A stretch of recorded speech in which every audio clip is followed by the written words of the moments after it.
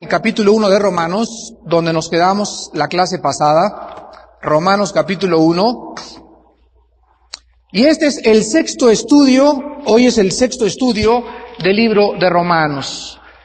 Y vamos a ver en esta mañana, nos quedamos la clase pasada, en el versículo 9, y vamos a ver en esta mañana los siguientes versículos. Romanos capítulo 1, versículo del 10 al 12. Estas palabras: rogando que de alguna manera tenga al fin por la voluntad de Dios un próspero viaje para ir a vosotros, porque deseo verlos para comunicarles algún don espiritual, a fin de que seáis confirmados. Esto es, para ser mutuamente confortados por la fe que nos es común a vosotros y a mí. Vemos en este pasaje de Romanos en esta mañana que no solamente Pablo tenía ganas de ir a Roma a visitar a los cristianos en Roma, sino que él estaba anhelando ir a visitarlos por 4 razones. 4 razones por las cuales Pablo anhelaba ir a Roma. 3 razones se encuentran en este pasaje y 2 razones las vamos a deducir de otras porciones de la palabra de Dios. La primera razón por la cual Pablo anhelaba ir a la ciudad de Roma era porque Roma era el lugar más estratégico que existía en aquel entonces para poder divulgar el evangelio en todas partes.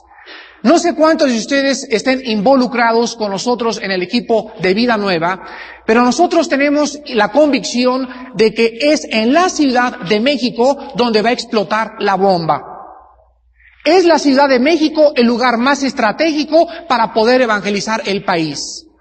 En Jerusalén es preciso que comencemos nosotros a divulgar el evangelio porque las ciudades son estratégicas.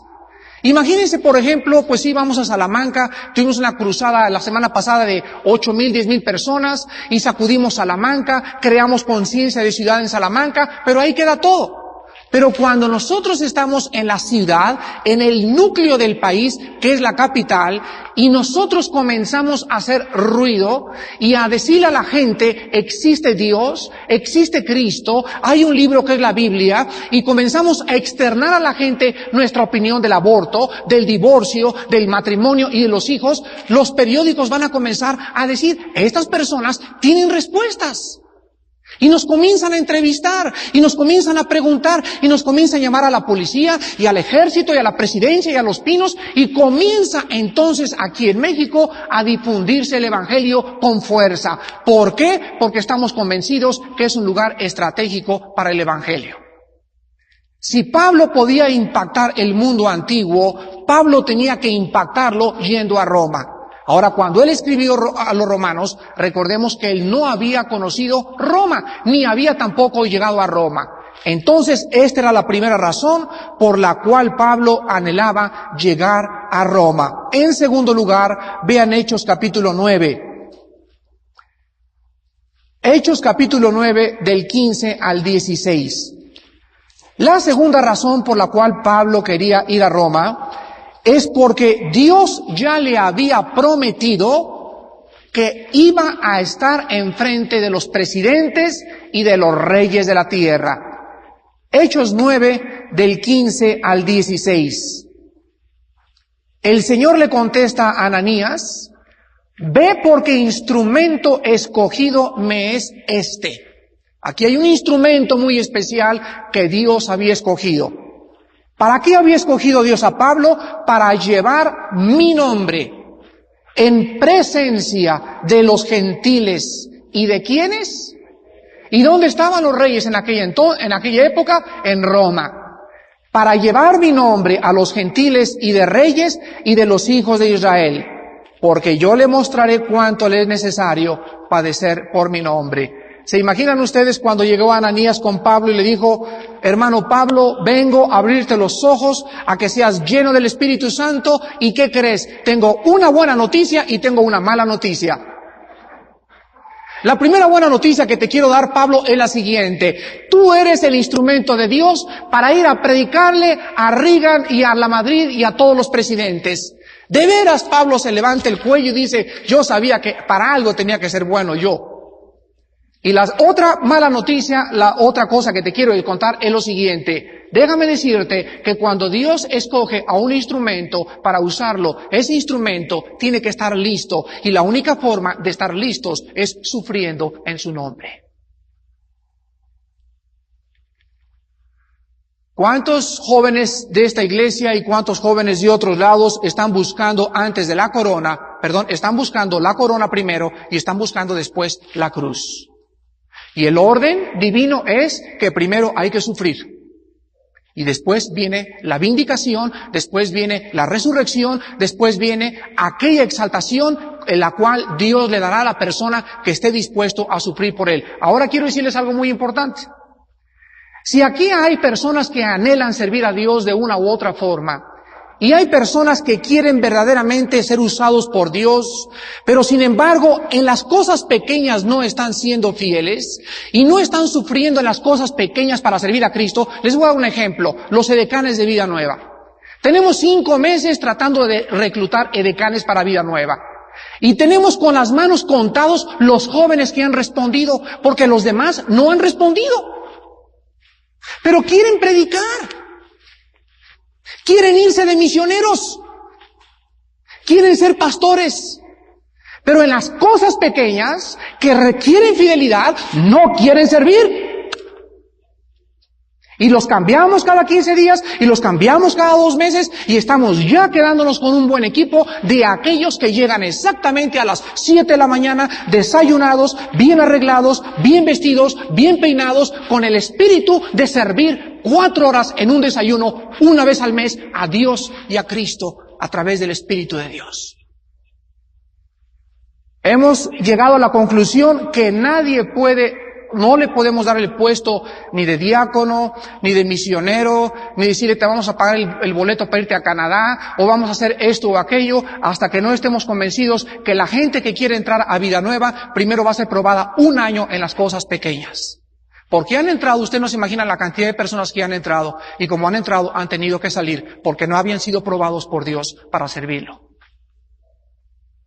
Pablo, tienes que entender que eres mi instrumento, pero antes quiero que comprendas que vas a sufrir por mí. Vean Hechos 19 ahora. Y son pocos los cristianos que quieran sufrir y padecer por el nombre. Vemos en Hechos 19, 21, que dice, y pasadas estas cosas, Pablo se propuso en espíritu ir a Jerusalén, después de recorrer Macedonia y Acaya, diciendo, después que haya estado allí, me será necesario ver también a Roma. Vean cómo Pablo nunca quitó de su mente el anhelo de llegar a Roma. Ahora por último vean Hechos 28 y ya lo vemos en Roma. Y veamos cómo llegó Pablo a Roma. No llegó en un caballo de esos de la Domecq, rayando las patas del caballo y diciéndole a la gente, Hosana el que viene en el nombre de David.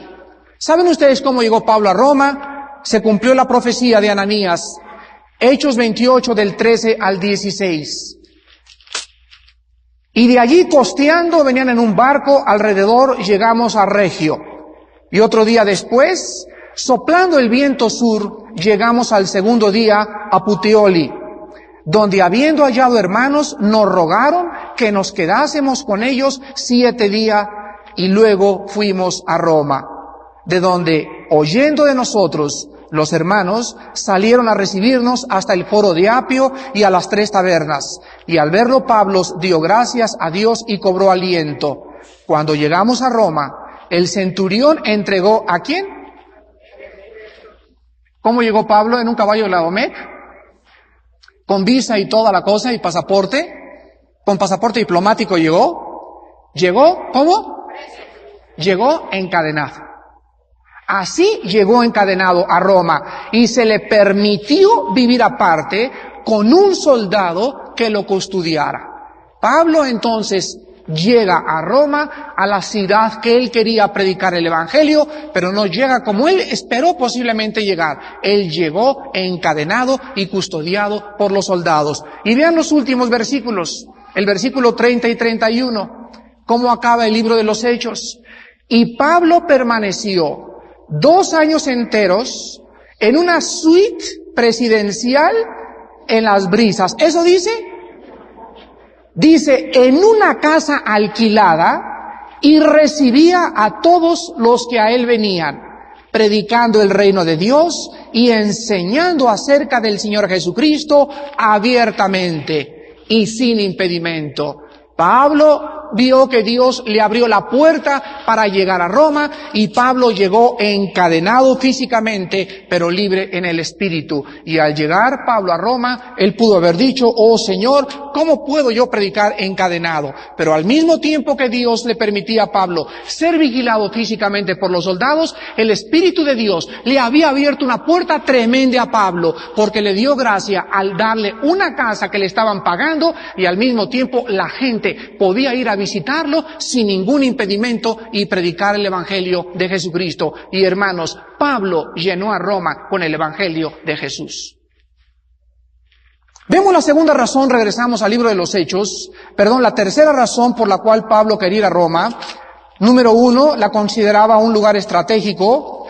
Número 2, salud. Número 2, se le había prometido ir a Roma. Y en tercer lugar, dice el pasaje que acabamos de leer, en el versículo 10 al 12, dice el versículo 11, porque deseo verlos. Ahora veamos su interés personal de Pablo. Deseo verlos para comunicarles algún don espiritual, a fin de que sean confirmados. Es muy importante que nosotros entendamos que hay dones espirituales propios de cada uno de nosotros, pero al mismo tiempo, fíjense, pongan mucha atención. Vamos a ver, esta es la iglesia, aquí es la iglesia donde nos estamos reuniendo. La iglesia se compone por piedras vivas o por cristianos bautizados por el Espíritu Santo en el cuerpo de Jesucristo. Esto es la iglesia de Dios. Muy bien. Esa iglesia tiene un pastor, y esa iglesia tiene un cuerpo de diáconos y tiene un cuerpo de ancianos. O pueden tener ancianos y todos gobernar la iglesia a través de una junta ministerial. Pero al mismo tiempo Dios levanta hombres que los envía a las iglesias con dones especiales. Y estas personas con dones especiales se encuentran en el libro de los Efesios, capítulo 4, versículos del 11 al 12. Y veamos quiénes son estas personas con estos dones especiales o ministerios especiales para que esa iglesia comience a crecer. Dice así el versículo 11. Y él mismo, o sea, acuérdense que es cosa de Cristo a través del Espíritu de Dios. Nadie escoge, escuchen esto, nadie escoge en la obra de Dios el lugar donde vamos a servir. Lo vuelvo a repetir. Dios no nos concede el privilegio de que nosotros decidamos lo que queremos ser y a dónde servirle. Él mismo constituyó, Él mismo dice quién va a ser en esta iglesia predicador. Él dice quién va a ser maestro. Él dice quién va a servirlo acá y quién va a servirlo allá. No es del que quiere ni del que corre. Es de Dios que tiene misericordia. Esto pertenece a la soberanía absoluta del Espíritu de Dios. Entonces vamos a comenzar poniendo este principio.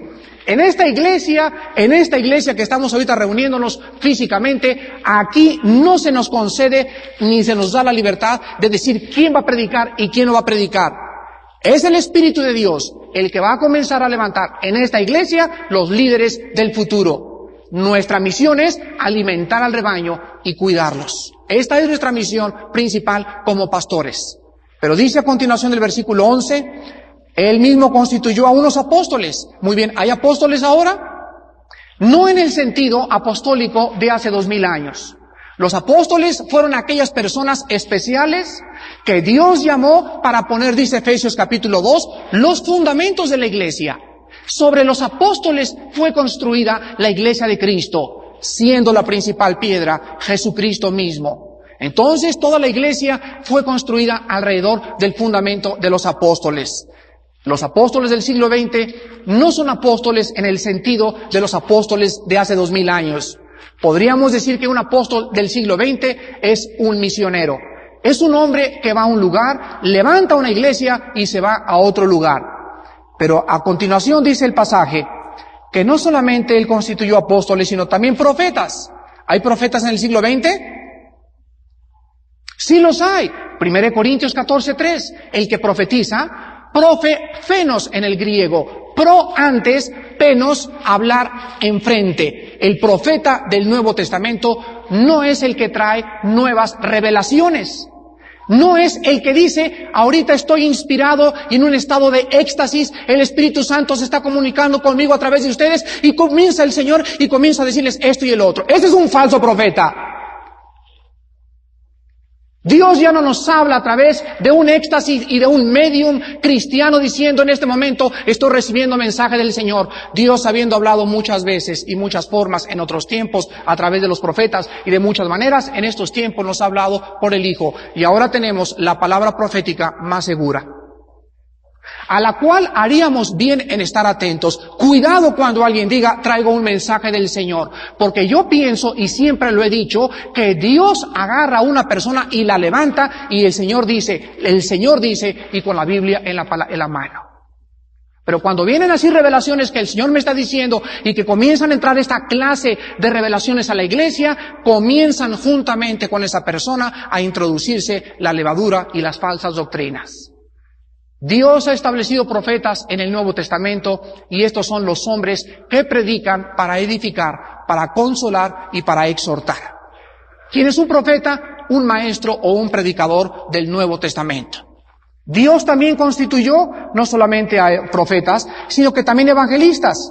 Yo tengo particularmente el don de evangelista. Este es mi don más grande. Yo soy evangelista. ¿Qué es evangelista? El don de predicar a 5 personas, a 10 personas, a 50 personas, a 50,000 personas y a una sola persona. Es el don de estar viajando continuamente y estar levantando esta iglesia, estar llevando el Evangelio de Jesucristo, estar presentando el mensaje de Cristo en el poder del Espíritu Santo. Esto es un evangelista. No a todos se les da este don. Ahora también Dios levantó pastores y maestros. Entonces, estos 5 dones que encontramos en Efesios son hombres equipados especialmente, enviados por el Espíritu Santo para ministrar a la iglesia que el Señor ganó con su propia sangre. Pablo por eso anhelaba, con el don de evangelista, el don de profeta, el don de maestro que él tenía y el don de pastor, ir a Roma y decía comunicarles un don espiritual. La palabra don espiritual aquí en el griego es la palabra neumatikon charisma y significa un regalo o un favor del Espíritu Santo. Vean Primera de Pedro 4:10. Primera de Pedro 4:10. Habiendo puesto el fundamento de que los apóstoles pusieron el fundamento de la iglesia, y habiendo estudiado también hace 3 minutos que nadie va a escoger dónde servir a Dios, a lo mejor Dios te manda a Chalma, a lo mejor te manda a Italia, a lo mejor te quiere aquí, a lo mejor te manda a Toluca, o a lo mejor no eres misionero, a lo mejor toda tu vida vas a ser diácono. Habiendo entendido esto, entendamos el tercer principio acerca de los dones. Primera de Pedro 4:10. Cada uno, según el don que ha recibido, o sea, aquí se asume que no hay cristiano que no tenga dones, ¿verdad? No hay ningún cristiano que no tenga un don. Según el don que hemos recibido, ministrelo a los otros. No dice, edifícate a ti mismo, ¿verdad? Dice, ministralo a los otros, como buenos administradores de la multiforme gracia de Dios. Otro tercer principio que tenemos que establecer esta mañana, escuchen esto y es bien importante, y lo voy a repetir 3 veces, es el siguiente. Los dones espirituales se nos fueron dados para edificar a los demás y no a nosotros. Cualquier don que yo tenga, Dios me lo dio para que yo sea un canal de ese favor que Él me está dando y yo esté ministrando esa gracia de Él, que es el don, a las demás personas. Vean ustedes esto comprobado en 1 Corintios capítulo 12. Y después nos saltamos al capítulo 14 de Corintios. 1 Corintios capítulo 12. Versículo 7. Es triste que muchas veces nosotros expongamos la palabra de Dios sin tomar en cuenta los demás contextos. Por ejemplo, yo les dije cuando acabamos el curso de los dones espirituales que el capítulo 12 de 1 de Corintios, el capítulo 13 y el capítulo 14 no se pueden divorciar. Es un mismo contexto. Yo no puedo venir al capítulo 14 de Corintios y sacar uno o dos versículos sin tomar en cuenta el capítulo 12 y el capítulo 13.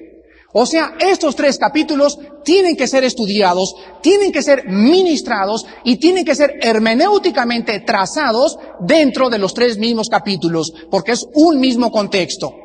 En 1 Corintios 12:7, estableciendo los dones, dice el Espíritu Santo, pero a cada uno, otra vez se nos insinúa que no hay cristianos sin dones, a cada uno le es dada la manifestación del Espíritu, ¿para qué? Esta palabra es la palabra griega sumpero, S-U-M-P-H-E-R-O. La palabra provecho es la palabra griega sumpero y significa bien común.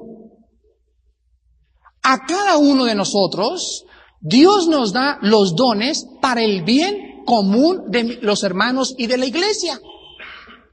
No me da Dios un taladro o un martillo o un serrucho, que se puede comparar como los dones, para construir la iglesia e irme yo a mi casa y estar haciendo yo mi puertita. Y mis demás hermanos no me interesa.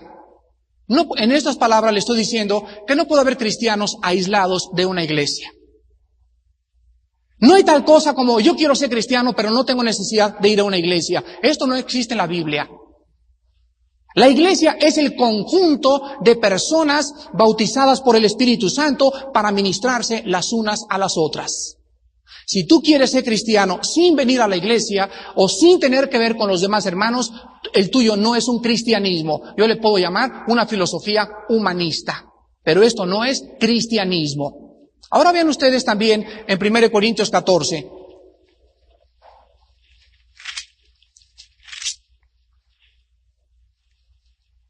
Dice el versículo 3, esto lo usan muchas personas, pero el que profetiza habla a los hombres para edificación, exhortación y consolación.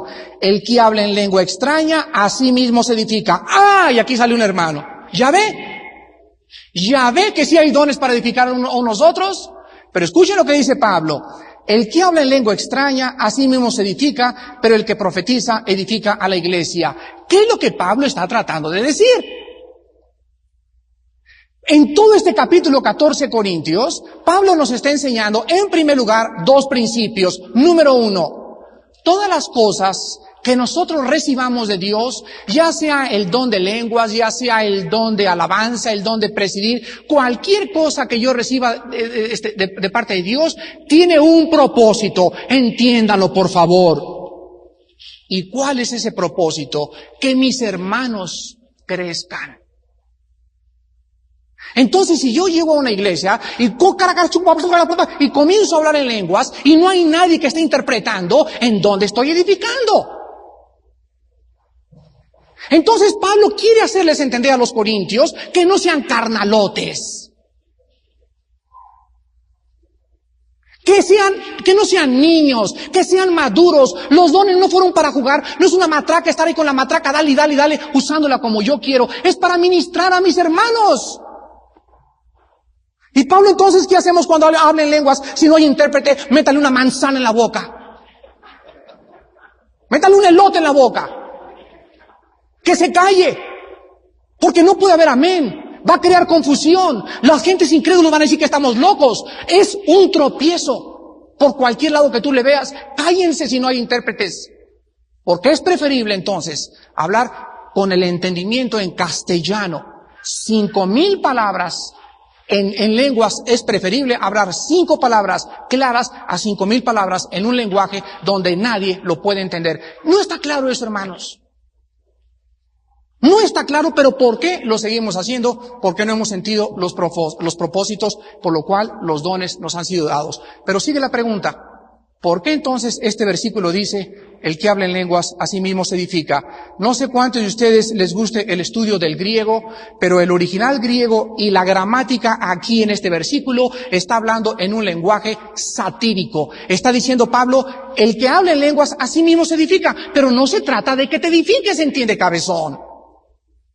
No se trata de que te edifiques, se trata de que tú ministres a los demás. Y más adelante Pablo dice, mas el que habla en este idioma, pida en oración, versículo 13, pida en oración poder interpretarla. Entonces tenemos que ser claros en este trazo y entender que cuando Pablo quería ir a Roma, quería impartirles un don espiritual, porque al llegar a Roma, ¿qué es lo que quería entonces Pablo impartirles? Vean ustedes, regresamos a Romanos.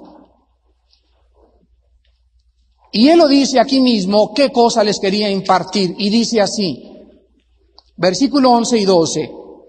Deseo verlos, hermanos, para comunicarles algún don espiritual. Esta palabra comunicar en el griego significa impartir o compartir.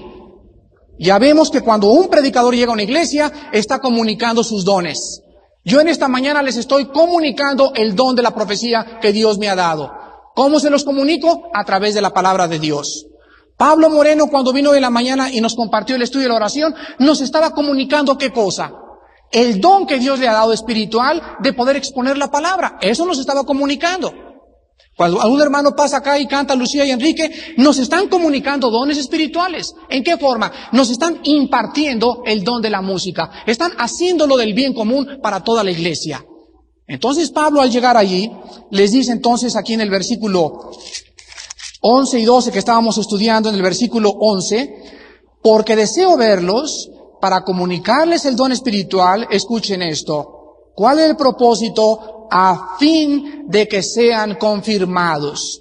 Pablo anhelaba ir a Roma y él decía en su corazón, esa ciudad es estratégica, el César tiene que oír del Señor. Tú me lo prometiste, Señor. En tercer lugar, voy a ir ahí porque les voy a hacer de bendición a la iglesia. Oh Padre, pero el motivo más profundo de ir a Toluca, de ir a Querétaro, de ir allá, es que cuando nosotros vayamos, las iglesias del Señor sean confirmadas en la fe. La palabra confirmar aquí en el griego significa hacer firme o estable. Vean Hechos capítulo 15. Hacerlas firmes o estables. Hechos 15, del 28 al 33 y del 40 al 41.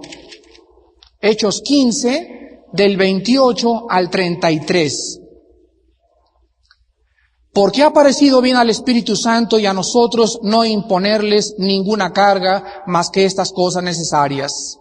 Que os abstengáis de lo sacrificado a ídolos, de sangre, de ahogado, de fornicación, de las cuales cosas, si os guardareis, bien haréis, pasadlo bien. Así pues los que fueron enviados descendieron a Antioquía y reuniendo a la congregación entregaron la carta, habiendo leído la cual se regocijaron por la consolación. Y Judas y Silas, como ellos también eran profetas, consolaron, ¿y qué cosa? Y confirmaron a los hermanos con abundancia de palabras. Aquí vemos que están en Jerusalén y llegan los chismes. Oigan, fíjense que por allá andan diciendo unos que necesitamos seguir comiendo, que no podemos comer carne de puerco. Le llega otro chisme por ahí a San Peter y le dicen a Peter, mira Peter, ¿sabes qué? Por ahí andan diciendo que tenemos que circuncidarnos. Otro le llega, pues por ahí andan diciendo otros que no tenemos el Espíritu Santo, que necesitamos otro bautizo en el Espíritu Santo. Y vienen controversias y temas de controversia alrededor de la iglesia. Muy bien, se juntan los apóstoles en el primer concilio de Jerusalén, en el capítulo 15 de los Hechos. Y este concilio lo preside Jacobo, el hermano del Señor. Y se para, y después de discutir aquellas cosas que tenían que abolir del Antiguo Testamento, llegan a la conclusión de que solamente tenían 3 cosas que seguir guardando del Antiguo Testamento. Número 1, no podíamos seguir comiendo sangre. Nunca se ha comido, no la podemos comer, no la comeremos. Es la única de las cosas de la antigua ley que no podíamos los cristianos del Nuevo Testamento seguir haciendo. Les aviso que no pueden comer tacos de moronga. Porque la moronga es sangre. Y Dios sigue considerando algo valioso la sangre, porque la sangre es la portadora de la vida. La vida de la carne está en la sangre. Entonces, los cristianos no podemos jamás volver a comer sangre. Cuando matas un chivo o cuando mates un pollo en tu casa, no lo ahogues ni le hagas así al guajolote. Córtale la cabeza y escúrrele toda la sangre y después lo metes a la olla para cocerlo. Así como los cose doña Alicia Falcón. Y en tercer lugar, que nos abstuviéramos de fornicación. Esto sigue viable en todo el Nuevo Testamento. Muy bien, entonces ya les dieron las cartas a los apóstoles y cada apóstol tenía que ir a Toluca, tenía que ir a Querétaro y entregar ese concilio, el resultado de esa carta. Y al entregarles la carta a las demás iglesias, dice el versículo 31, cuando las leyeron, se regocijaron por la consolación. Ay, dijeron los hermanos, ¡qué bárbaro! De veras que es maravilloso seguir a Cristo. Yo ya tengo al Espíritu Santo, ya no tengo que guardar la ley, no tengo que preocuparme por seguir principios. Lo único que ahora tengo que hacer es tener gozo y paz del Espíritu de Dios. Les quitaban un peso tremendo a los hermanos, se regocijaron los hermanos. Y dice el versículo 33, y pasando algún tiempo allí, fueron despedidos por los hermanos en paz para volver a aquellos que los habían enviado. Se dan cuenta que tuvieron que quedarse ahí unos meses para poder confirmar a estos discípulos. Hermanos, ¿cuántos de ustedes, aplicando esto, vuelves a ir con la Biblia y lo vuelves a visitar y tú sabes que es un niño que necesita que le cambie los pañales? Chilla, a lo mejor el alfiler le está picando, a lo mejor no tiene talco, tiene un mes que no le echas talco al pobre vecino tuyo. Hay tantas cosas que los nuevos convertidos necesitan. Muy bien.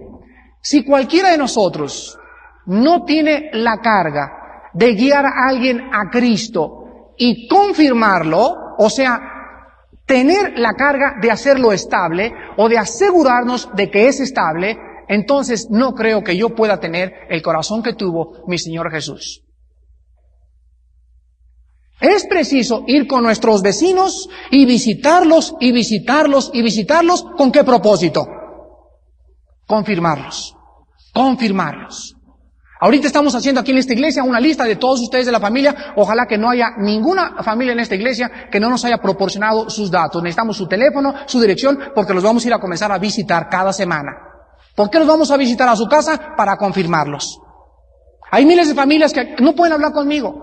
Pero ahí tenemos un grupo de diáconos que les vamos a dar los teléfonos y vamos a hacer juntas y citas para que cada familia tenga la oportunidad de hablar con el pastor y de hablar con los diáconos.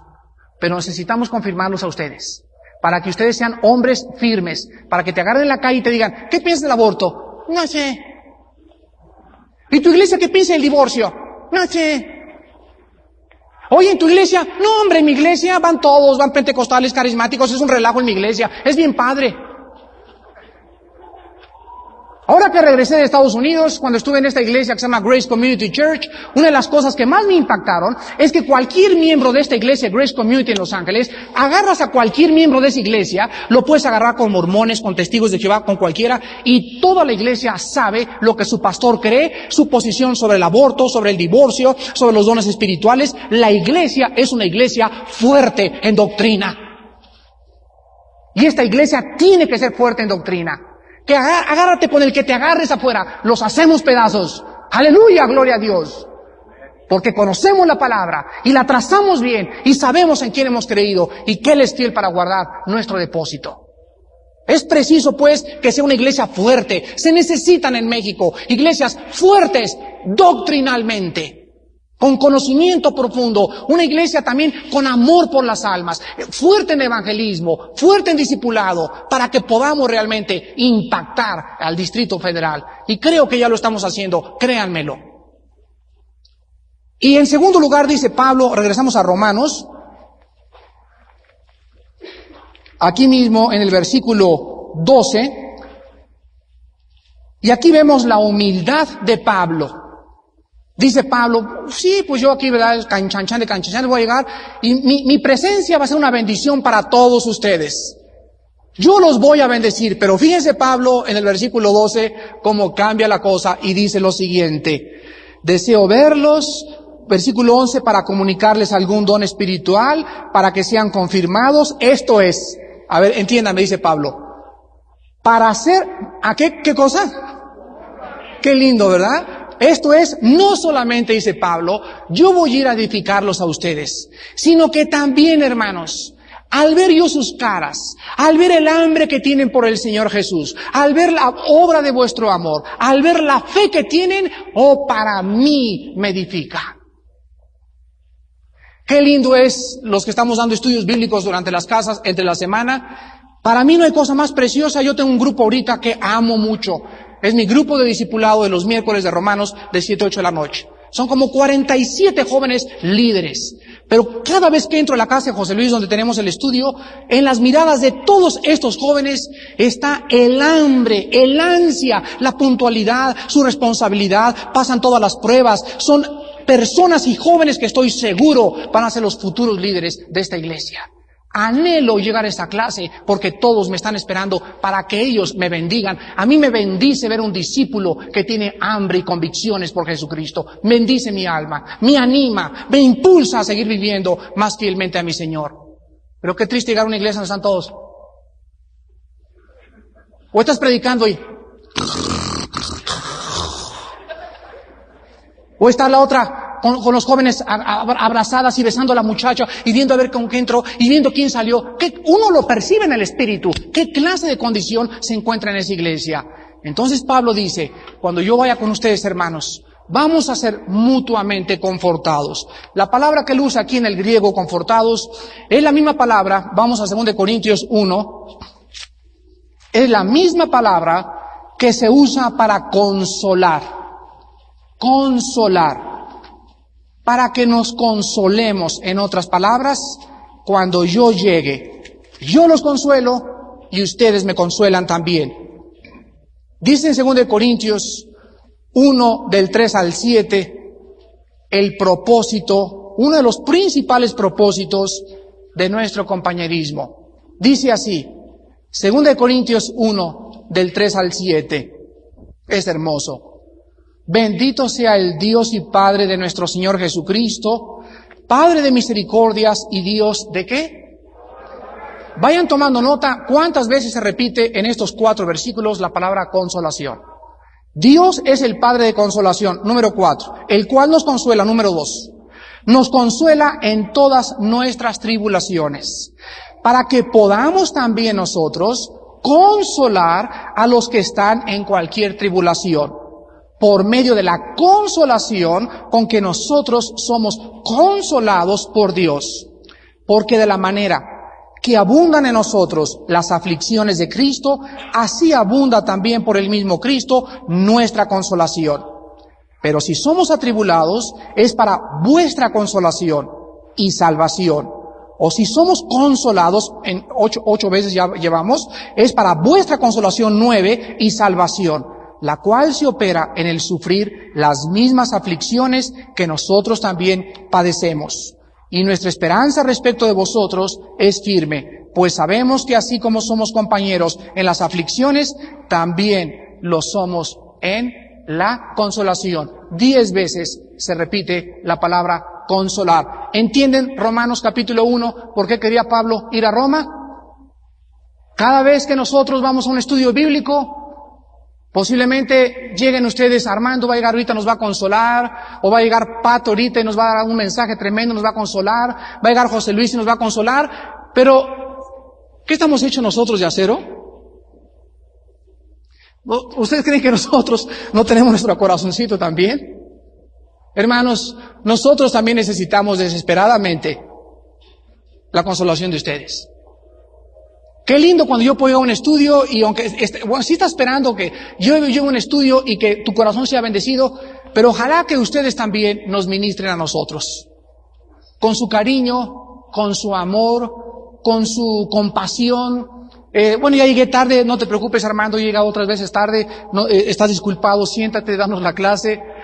Pues mira, es el día del maestro, qué cosa tan triste, no lo estoy diciendo que me den un regalo el día del maestro, pero es muy triste, dice Pablo, no lo digo porque tenga necesidad, sino para vuestra vergüenza lo digo. Qué cosa más triste, que el día del maestro no se acuerden de su maestro que les da el alimento espiritual. Es bien triste. Es bien triste. No porque el maestro tenga necesidad de una corbata que le vais a regalar, sino el hecho de que al darle tú un alfiler le estás diciendo solamente quiero, como muestra pequeña de mi agradecimiento, decirte lo mucho que significan tus enseñanzas a mi vida. Es el detalle, hermanos. Es lo mismo que con la esposa. Oye, pues ya sabes que te quiero, pero mi vida, cuando me traes flores, me estás comunicando de una forma hermosa y confirmando de una manera hermosa el amor que me tienes y el cariño que me tienes a mis hijos y a mí. Necesitamos, hermanos, nosotros también, tener afectos y detalles de ustedes para poder seguir viviendo para Jesucristo, créanmelo. Ahora el propósito es el siguiente y quiero acabar con esto. El pasaje que leímos dice lo siguiente: si nosotros somos consolados por ti, oh Dios, Él es el Dios y Padre de misericordias y de consolación. Muy bien, Dios va a derramar sobre sus siervos estas dos cosas. Él va a tener misericordia de mí y me va a consolar. Estén seguros, aunque ustedes no lo hagan. Muy bien, una vez que Dios me consuela con mi esposa, con mis hijos, con problemas de la iglesia, Dios me envía consolado, porque no puedo ir desconsolado, y me envía consolado con ustedes para que yo los consuele a ustedes. Y cuando yo los consuelo a ustedes, ustedes están recibiendo ¿qué cosa de mí? Consolación. Pero están recibiendo la consolación de mí ¿para qué? Para que ustedes la misma consolación que recibieron de mí la comuniquen a otro. ¿Se dan cuenta? Entonces es como una bola de ping-pong. Pum, pum, pum, pum, pum. Pero la cosa es que todos sean consolados y no que alguien reciba la consolación y la guarde la consolación y no salga y se queda con él. No. Todo lo que nos da Dios es para compartirlos a los demás, para que crezcamos una iglesia fuerte en el poder del Espíritu Santo. Oremos.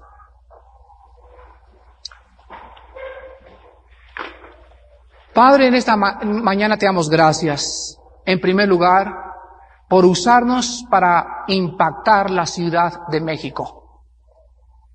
Por usar nuestras vidas como instrumentos santos en tus manos y crear conciencia de Cristo en el Distrito Federal. Los apóstoles alborotaban el mundo.